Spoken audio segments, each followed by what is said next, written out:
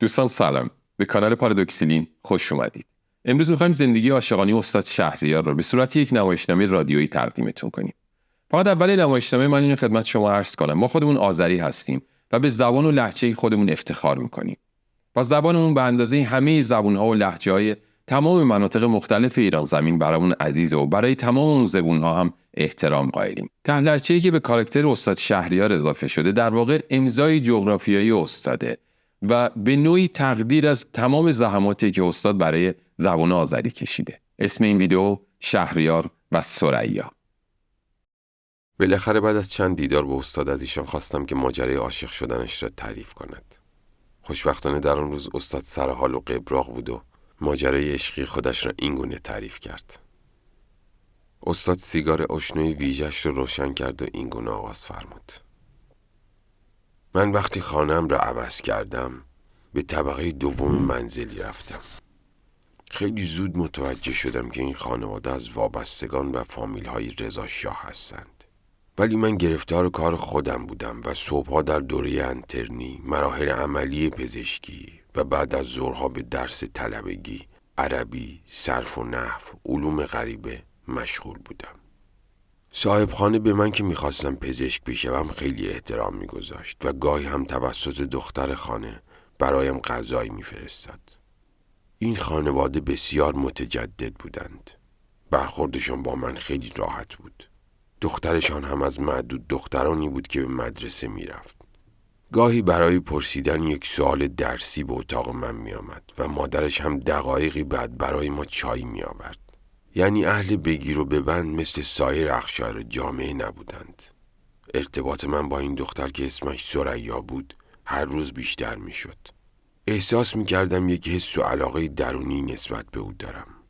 به نظر من او هم چنین گرایشی نسبت به من داشت. چرا که وقتی وارد منزل می شدم دقایقی بعد او کتاب در دست در اتاق من بود.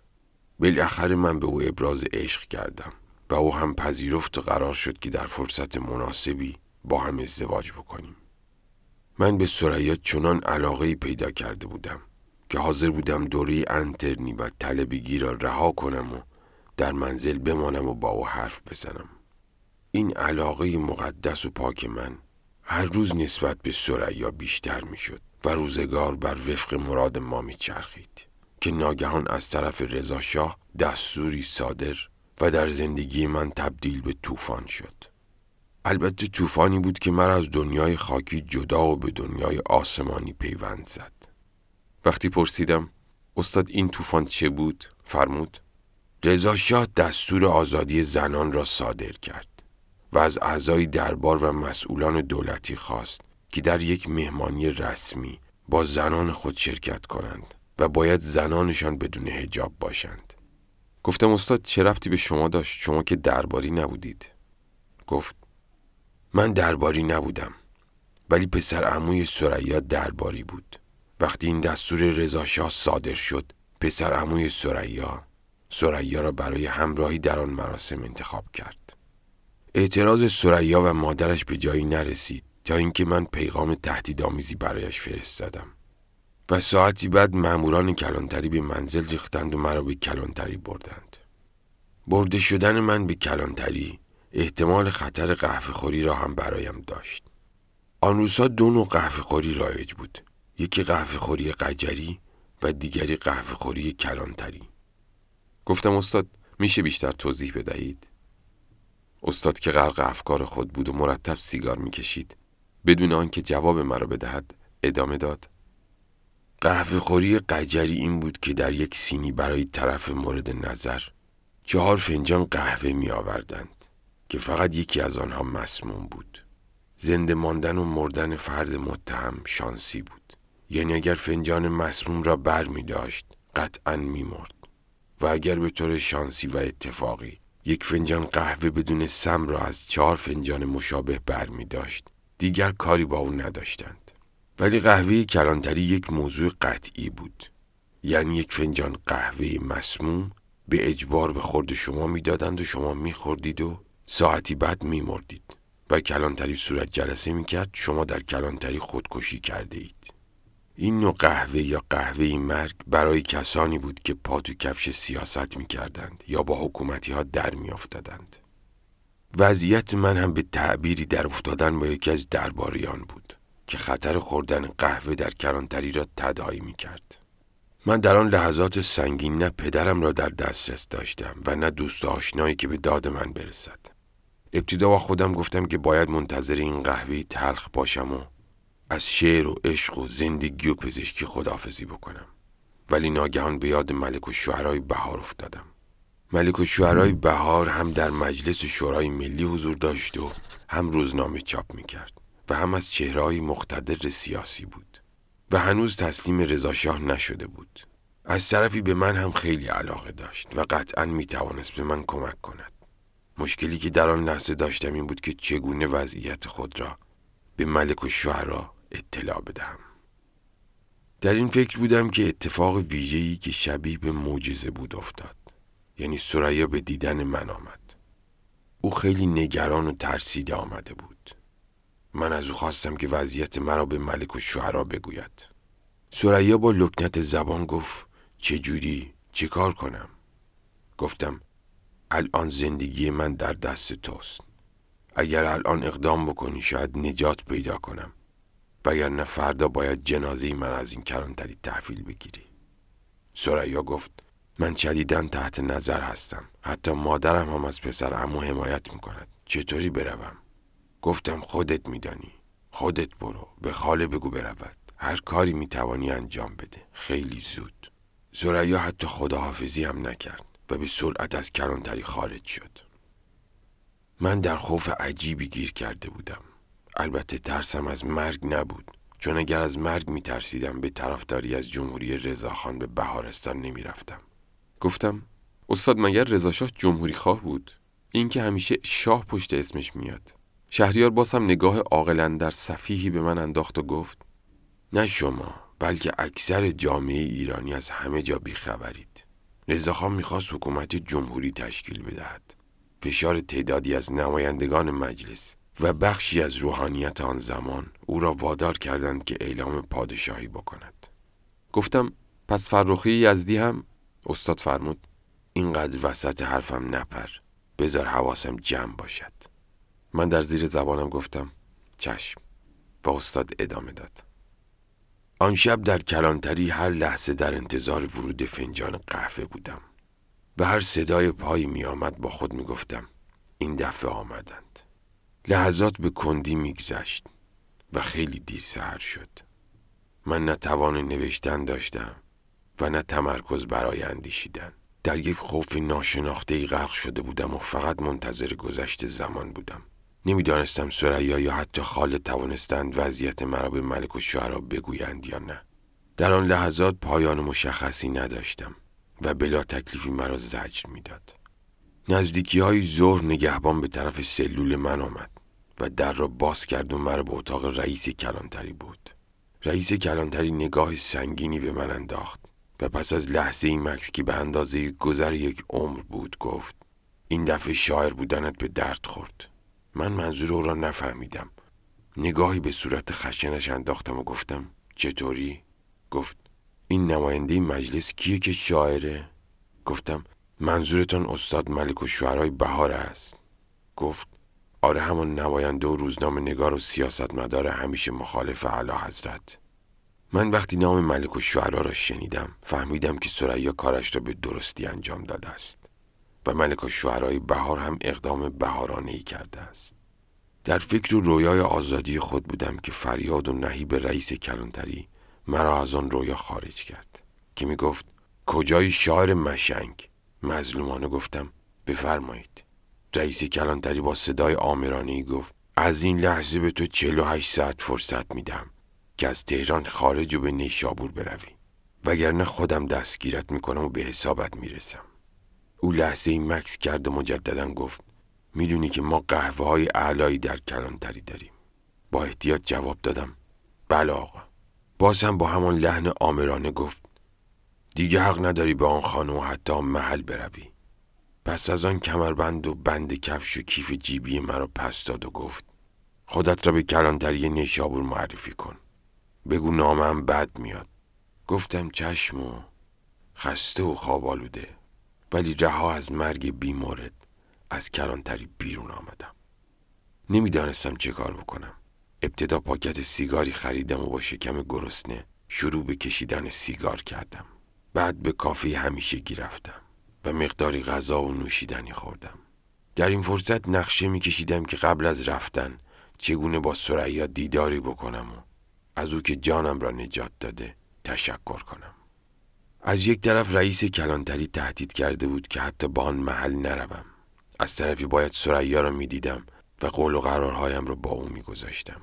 پس از چندین و چند صغرا و کبرا چیدن در ذهن خودم تصمیم گرفتم حتی به قیمت جانم هم که باشد ملاقاتی با ثریا انجام بدهم.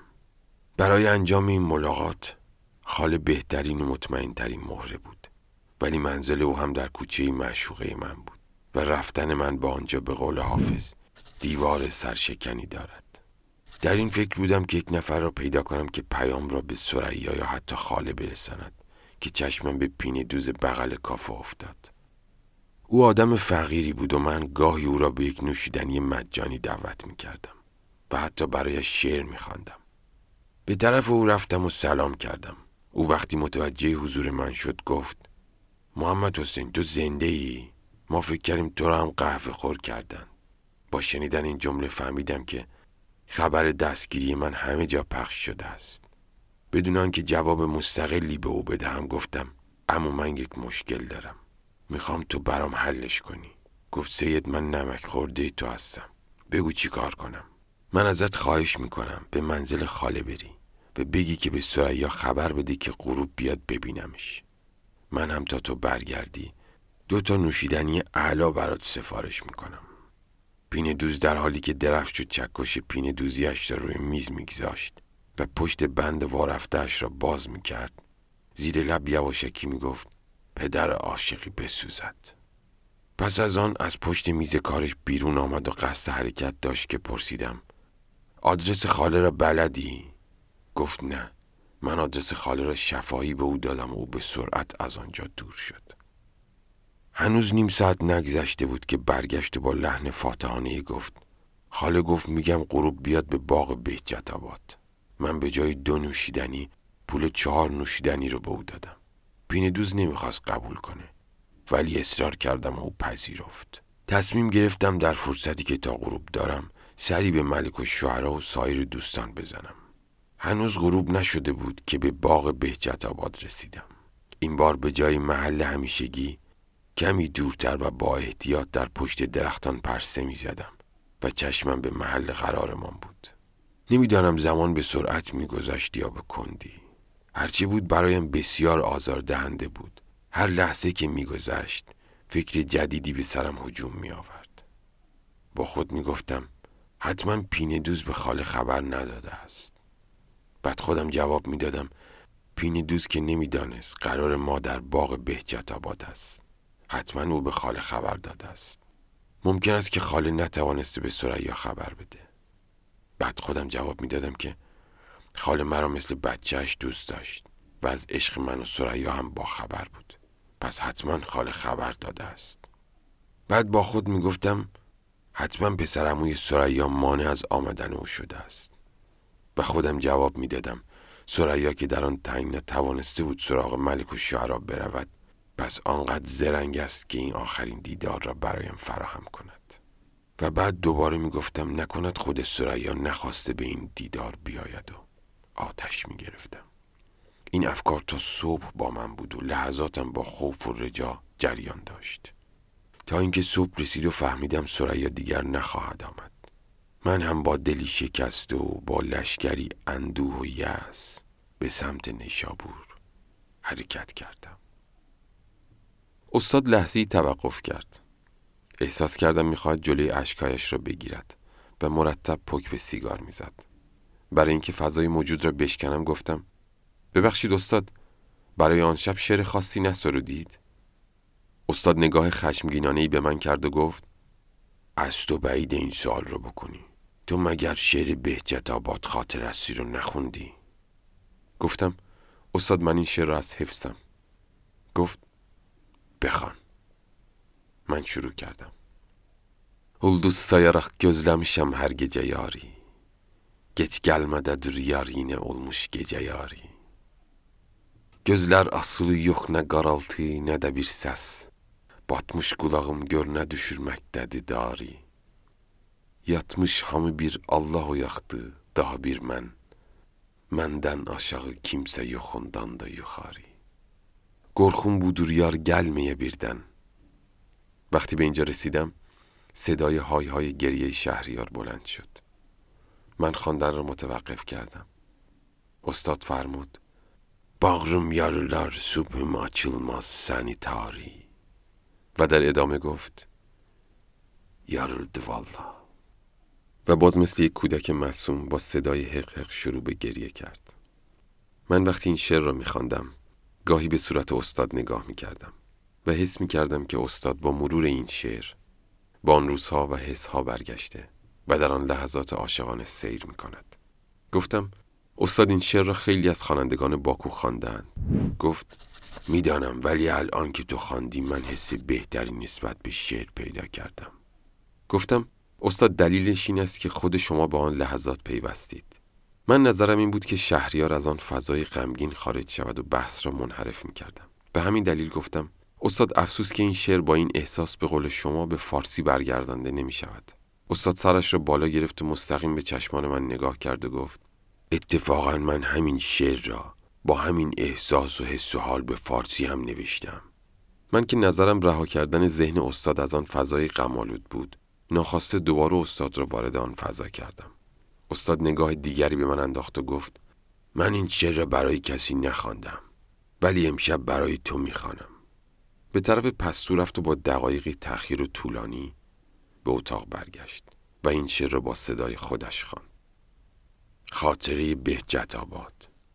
بهجت آباد است، شب نینه است و من چشم انتظاری آخرین که از آخرین دیدار یار. قدرتی پا در میان آورده پر خوف و خطر، سرنوشت مبهمی ما هر دو را در انتظار. گر بیاید بهر تودیع و وداع آخری است، ورنه بگذشته است کار از کار، بخت نابکار. اشک ریزانند و با من هم خدا حافظ کنن، بهجت آباد و لب استخر و این زیر چنار. هیکلی در جنب و جوشم روی پایی بند نه، آهنم گو آب گشت و زیبقی شد بیقرار. توده های ظلمت شب روی هم انباشته، شانه هایم زیر بار صبح گویی در فشار. برگریز آخر پاییز و در بیرون شهر، سوزن سرما سر و صورت گزد چون نیش خار. من سگ هارم گزیده، سردیم احساس نیست، دوزخی غار هجرانم که اقلیمی است هار. موج استخر از سیاهی گو سپاهی آهنین، در هجوم است و شبیخون با من این فوج سوار. جز خدا و اختر و من چشم کس بیدار نیست، چشم اختر نیز هم سنگین خواب است و خمار. گه بنالد مرغکی یعنی که بیدارم ولی در زمان خسبت به لالای نوای جویبار. هیکل نحس درختان سد راه هر امید، کاجها گوی عبوسند و برج زهرمار. روح شب گردم جهان در می نوردد کو کجا، راه بیرون جستن از این خیره غار تنگ و تار. التماس چشم و گوشم از زمین و آسمان، یک شبح یا یک صدای پایی از آن گل عذار. گوش با اصواتم آمیزد بسان ضبط صوت، چشم در اشباح هم آویزد بسان گوشوار. یک دو بار از ره سیاهی آمد و بگذشت و رفت، غیر نومیدی نبودش با دل امیدوار. آتشی در خرمن هستی من افتاده بود، تا برآرد روزگار از روزگار من دمار. اهتزاز برگ ها بود و نوای ساز دل، از عزاداران عشق و سوگواران بهار. من چو غواصی که ناگه رفته در کام نهنگ، یا کسی کو خود زده ناگه به آبی بیگدار. صبح دیروزم گشاده پا به دژبانی ز بند، صبح فردا نیز باید بندم از این شهر بار. بایدم بیرون شد از این شهر و یک جا دست شست، از همه چیز جهان چونان که از یار و دیار. چند روزی بیش تا پایان تحصیلات نیست، حاصل یک عمر کشت و کار می‌ورزد به بار. از همه جانسوزتر فکر پدر مادر که هست، چشمشان در راه و روز و شب کنند از خود شمار. وه چه تاریخی ترین شب می‌گذارد عمر من، تا که طوفانی ترین یادی بماند یادگار.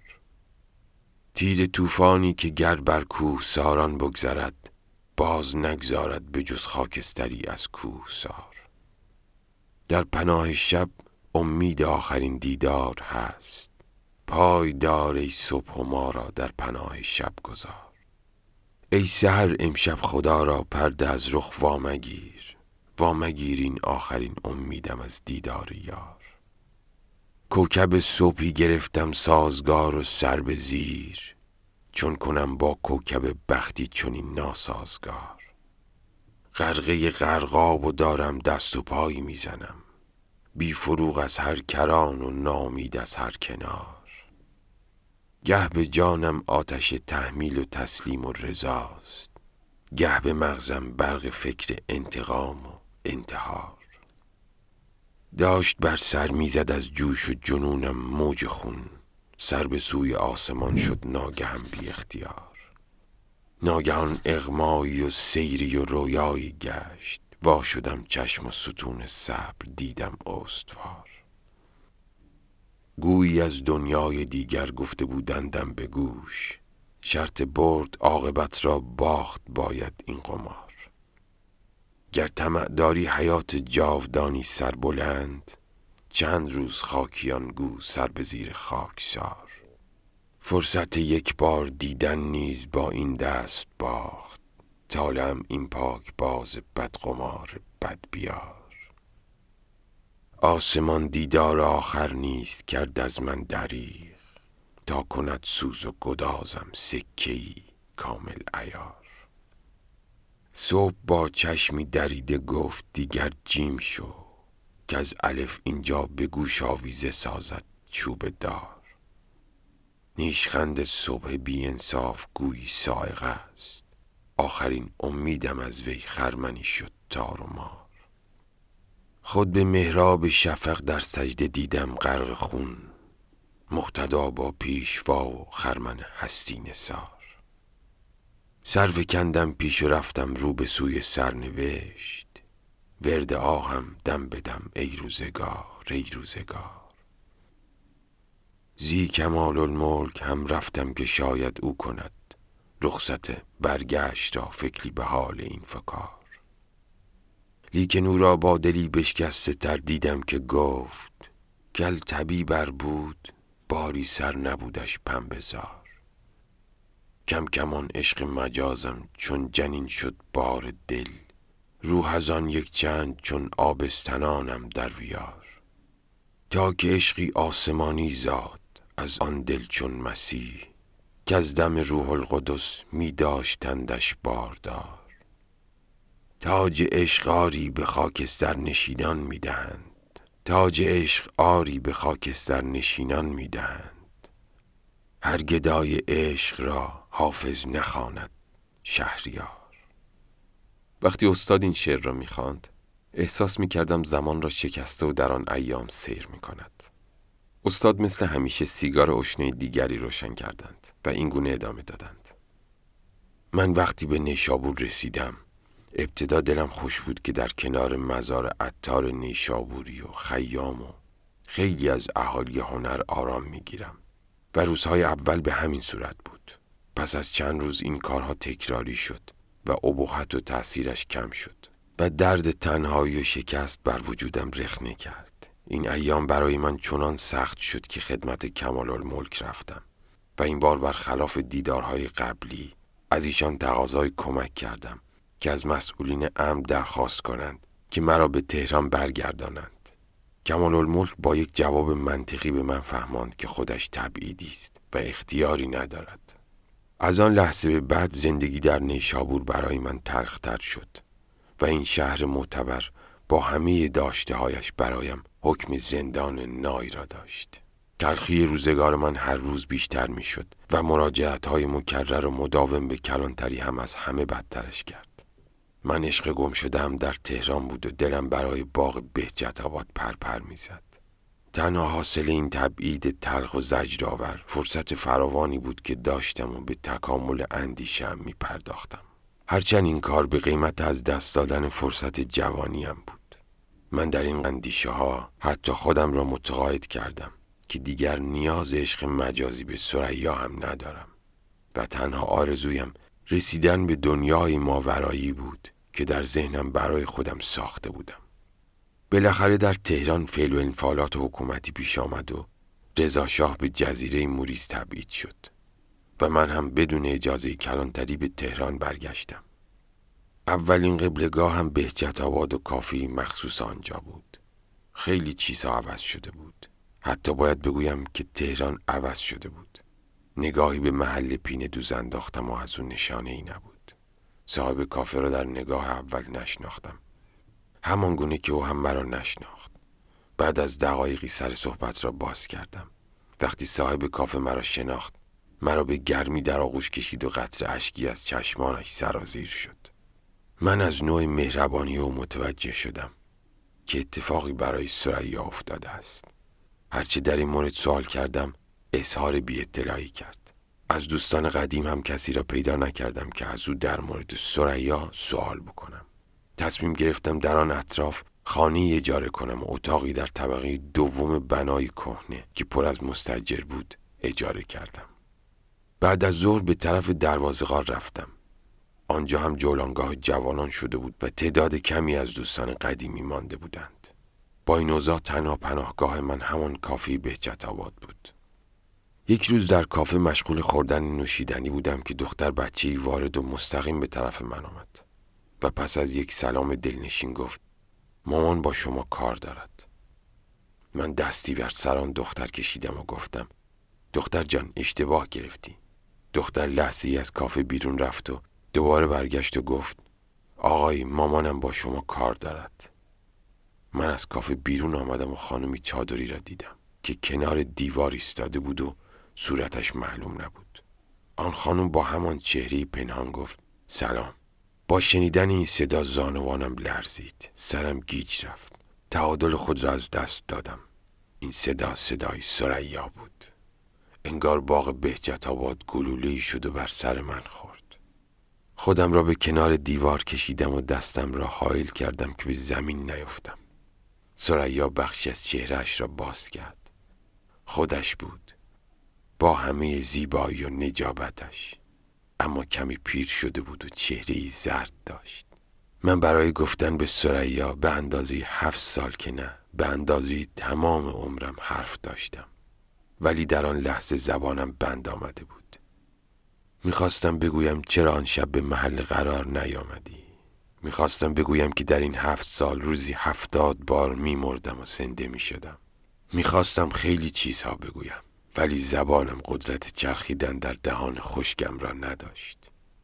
ثریا شروع به صحبت کرد، ولی من ذهنم آنچنان مشغول افکار و کلام ناگفته‌ام بود که چیزی نمیفهمیدم. میخواستم بگویم چرا دل مرا آن شب سوزاندی. چرا؟ ولی اصلا یارای سخن نداشتم. او حرف میزد و من بدون آنکه متوجه کلام او بشوم در ذهنم برای خود جمله‌ای میساختم. نمیدانستم که باز هم دوستش دارم یا نه. در یک برزخ ناشناخته افتاده بودم که حتی خودم تکلیف خودم را نمیدانستم. تنها جمله‌ای که شنیدم این بود: من با پسر عمو ازدواج کردم. این دخترمه. بعد دخترش را با نوازش به کنار خود کشید. در یک لحظه هرچه حس عاطفی برایم باقی گذاشته بود از بین رفت و از اینکه جمله‌ای بگویم منصرف شدم. ثریا در ادامه گفت: ازدواج من به زور مادر و اجباری بود. تو اگر بخواهی من طلاق میگیرم و با تو ازدواج میکنم. نمیدانم چطور شد که بی اختیار قفل دهانم باز شد و گفتم شیر از آبشخور رو با آب نمیخورد و بیان که منتظر جواب او باشم آن محل را ترک و به دروازه غار آمدم. در دروازه غار هم یاران همدل و قدیمی نبودند. آنجا هم احساس غریبی میکردم. بالاخره فهمیدم که دوستان قدیمی کافه را عوض کرده و به میدان فردوسی آمدند. از آنجا بیرون آمدم و به طرف میدان فردوسی آمدم و محل جدید را پیدا کردم. در راه این بیت از شاعری که نامش یادم نیست به مغز من میدوید. نیست هم دردی که پیش او تهی سازم دلی، میروم تا گریه‌ای بر تربت مجنون کنم. سعی کردم که مدتی در آن محل ظاهر نشوم، ولی همدل من در آن کافه بود. همو بود که بعد از ملاقات ثریا به کنار میز من آمد و گفت که از همه چیز اطلاع داشته و نمیخواسته با گفتن آن مطالب مرا ناراحت کند. و باز او بود که خبر داد در چند روز غیبت من ثریا مرتب سراغ مرا میگرفت. وقتی از کافه خارج شدم در راه منزل احساس کردم که یک نفر تعقیبم میکند. فکر کردم از طرف پسرعمو حتما یک نفر مأمور شده مرا از بین ببرد. به همین خاطر مسیرم را عوض کردم و از راه‌های غیر معمول به منزل آمدم. با خودم میگفتم که حتی اگر کسی مرا تعقیب هم میکرد دیگر مرا گم کرده و راه خانه‌ام را بلد نیست. درب خانه ما به خاطر تعداد مستاجر همیشه باز بود. من وارد حیاط و سپس وارد اتاق شدم و چراغ گردسوز را روشن کردم. هنوز روشنایی چراغ کامل منتشر نشده بود که دستی به پنجره اتاق خورد. با احتیاط جلو آمدم و گوشه پرده را کنار زدم. شبح زنانه‌ای در پشت پنجره بود که به من اشاره می‌کرد پنجره را از طرف ایوان باز کنم. من در سایه روشن چراغ تشخیص دادم که ثریاست. از باز کردن در امتناع کردم و گفتم برو سر زندگیت.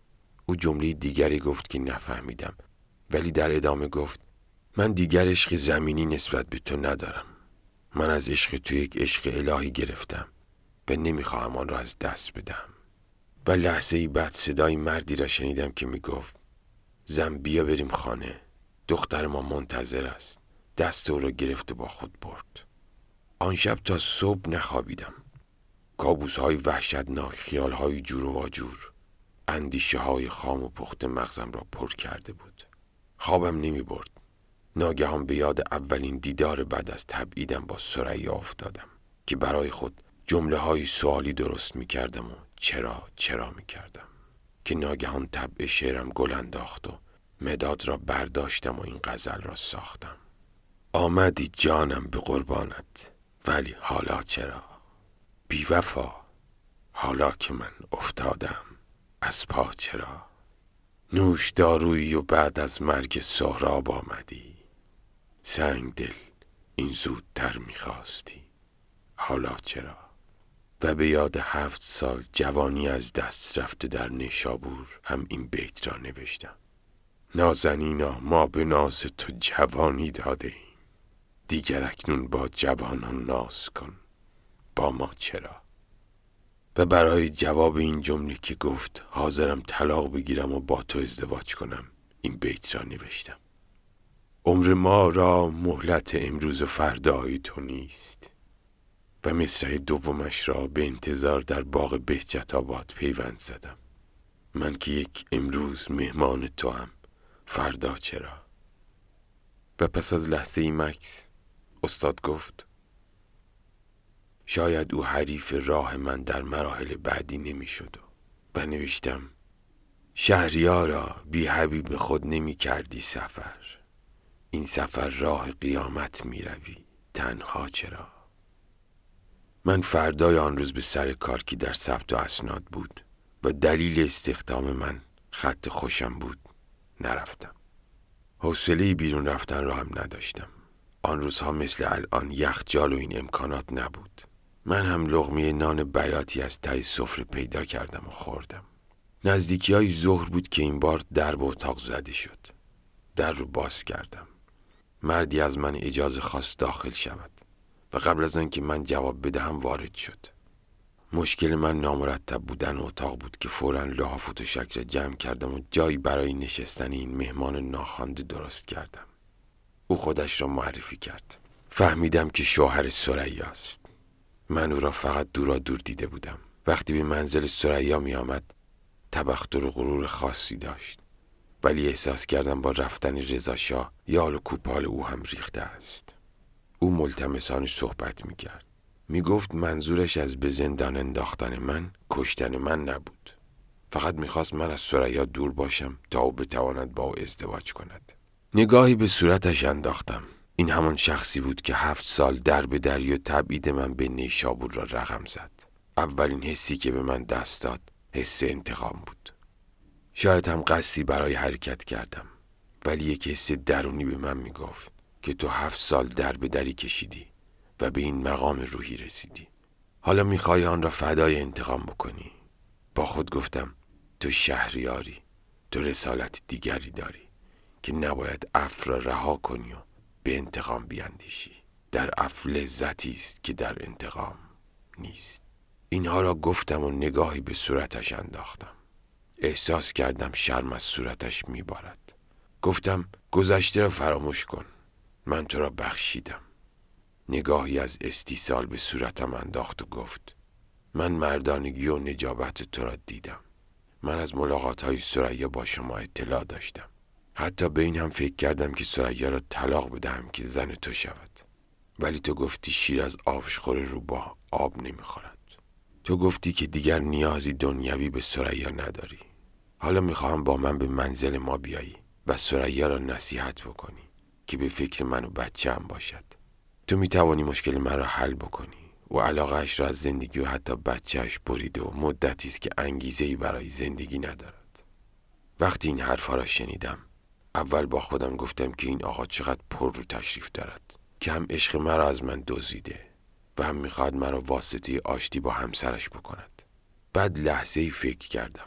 با خود گفتم این بدبخت به من پناه آورده و رسم درویشی نیست که او را دست خالی بفرستم. به او گفتم فردا غروب بیا دنبالم، با هم برویم خانه شما. او از من تشکر کرد و رفت و مرا دوباره با عالمی فکر و خیال تنها گذاشت. من واقعا نمیدانستم که به ثریا چه باید بگویم.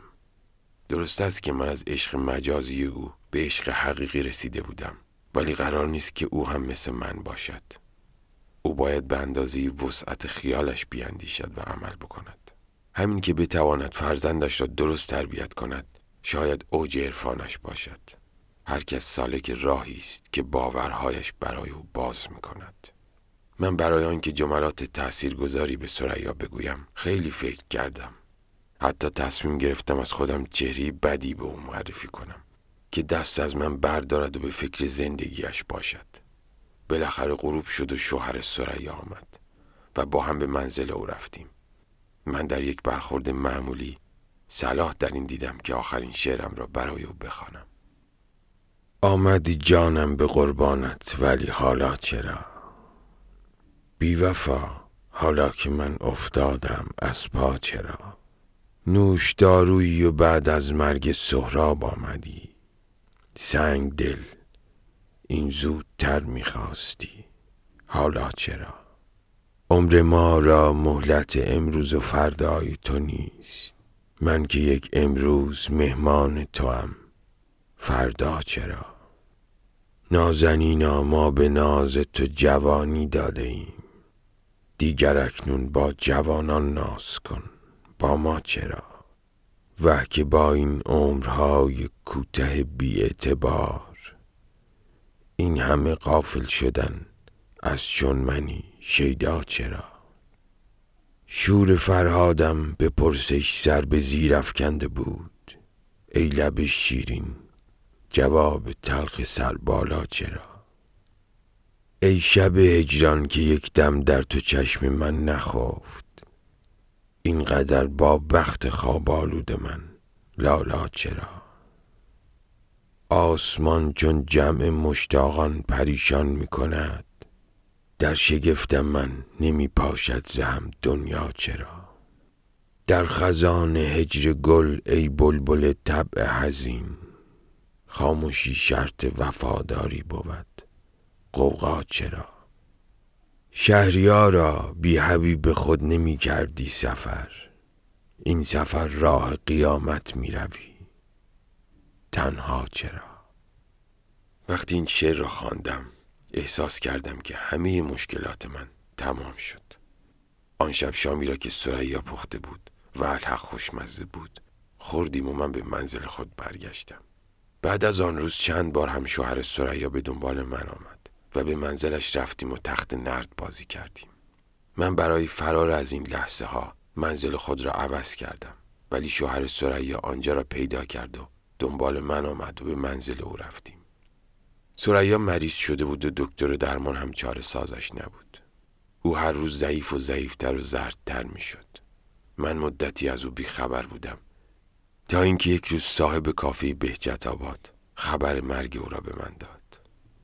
فردای آن روز به همراه کاسب‌های محلی بهجت آباد به مسجد میدان ژاله رفتیم. مردم با دیدن من های های گریه کردند. مداح خواندنش را قطع کرد و من پشت تریبون رفتم. فقط یک مصرع مرثیه خواندم. آمدی جانم به قربانت، ولی حالا چرا؟ از فرط گریه حضار و من مجلس مختوم اعلام شد. من دم در مسجد شوهر ثریا را در آغوش کشیدم و به او تسلیت گفتم و او هم در کمال تعجب به من تسلیت گفت. استاد بعد از گفتن این جمله شروع به گریه نمود و لحظه ای بعد اشک چشمانش را پاک کرد و خطاب به من گفت: اگر یوسف از پاک دامنی عزیز مصر شد، من هم از پاک دامنی شهریار ملک سخن شدم. من لحظاتی غرق عمق کلمات شهریار شدم. شهریار هم برای دقایقی به اندرونی رفت و برگشت. من یک سوال برایم بی جواب مانده بود و شاید وقت این سوال نبود. با این حال گستاخی کردم و پرسیدم: استاد چرا بعد از بازگشت به تهران درس پزشکی را تمام نکردید که دکتر شوید؟ شهریار نگاه سبکی به من انداخت و گفت: اگر دکتر می شدم شهریار نمی شدم. و این بود پایان عشق استاد شهریار و ثریا. اشاره: تا آنجا که من متوجه شدم در زندگی عاشقانه شهریار 2 ثریا وجود داشت. دوستان، در اینجا به انتهای این ویدیو میرسیم. تا ویدیوی بعدی شما رو به خدای بزرگ میسپاریم. وقتتون بخیر و خدا نگهدار.